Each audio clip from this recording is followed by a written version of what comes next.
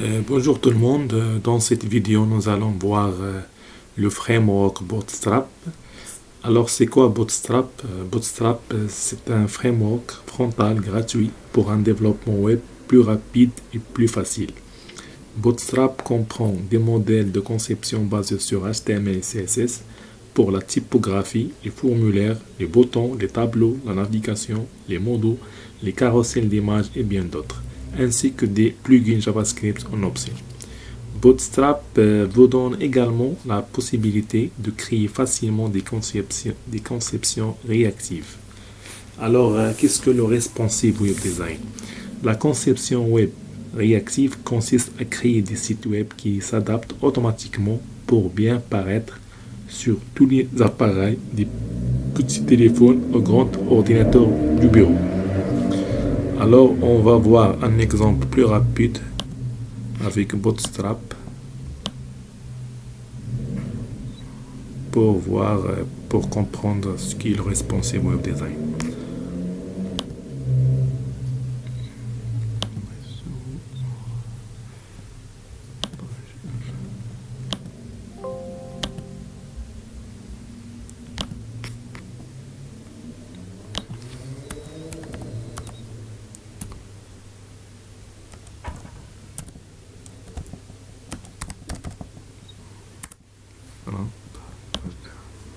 Voilà notre page avec Bootstrap.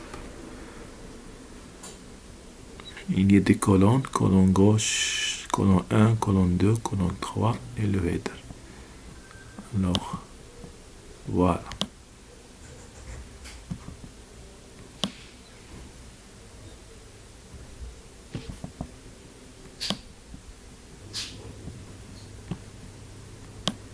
Comme vous pouvez le constater, il s'adapte automatiquement selon le width de l'écran. Très bien. En face.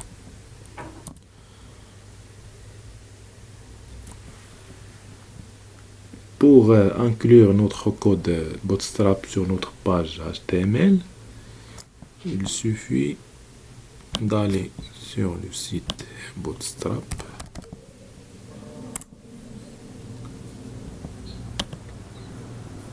getbootstrap.com. Cliquez sur Get Started.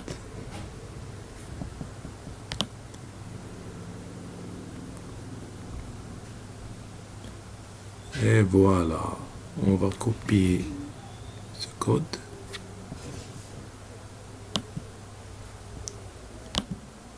On va sur notre éditeur de texte Sublime.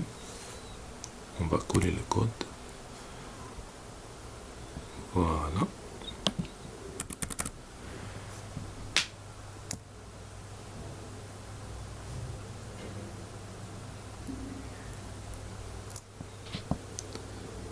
Les méta, les balises.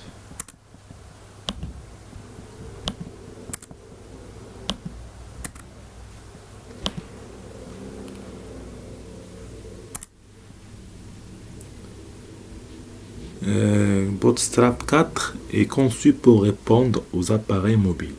Les styles axés sur les mobiles font partie du cadre de base. Pour assurer un rendu correct et un zoom tactile, on va ajouter la balise méta suivante à l'intérieur de la partie hid. C'est ça.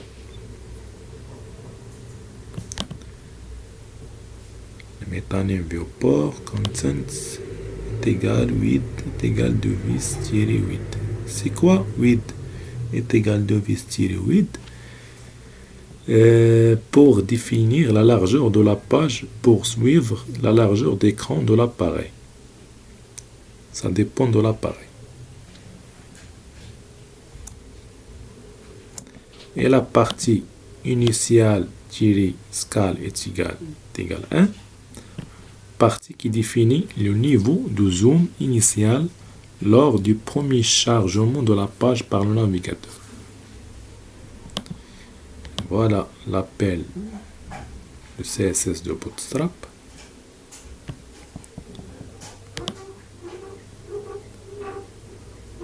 Ici le titre de la page. Hello World. Et entre la balise body/body, il y a le titre Hello World. Tu peux le modifier.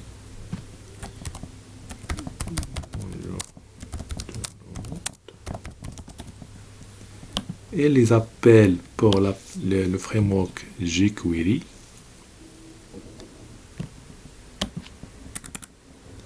Et la partie popper.min.js. C'est la nouvelle fonctionnalité de Bootstrap 4. Et le bootstrap.js. D'accord, c'est la première page et c'est notre premier exemple pour Bootstrap 4. D'accord.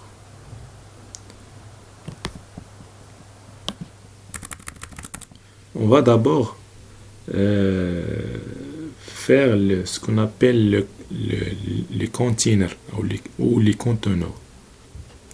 Bootstrap 4 nécessite également un élément conteneur pour envelopper le contenu du site. Il y a deux parties. La première partie, c'est la classe container et la deuxième partie, c'est la classe container-fluid. C'est quoi la différence entre les deux classes? C'est ce qu'on va voir maintenant. On va définir une classe container.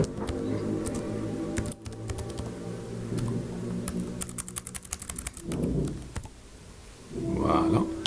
La classe container fournit un conteneur réactif à largeur fixe.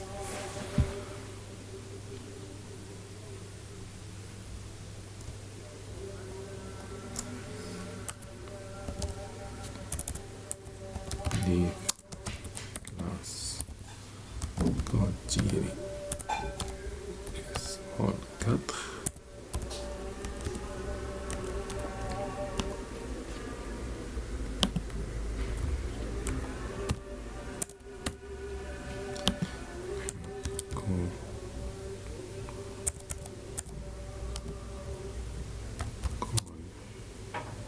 hein? Col 2 8. On va faire background image ici, background color par exemple rouge, red. Pour voir l'exemple, c'est tout. On va ici, on va taper. Voilà. Avec la classe container. À largeur fixe.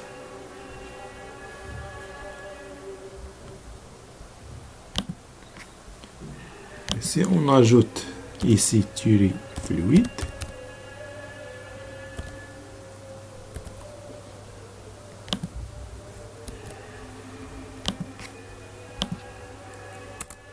d'accord. Container-fluide, c'est une classe qui fournit un conteneur plein largeur, plein écran, couvrant toute la largeur de la fenêtre, comme vous le voyez. D'accord? On va stopper maintenant la vidéo et je vous donne rendez-vous, Inch'Allah, la prochaine vidéo qu'on parle sur les containers et les grids basiques.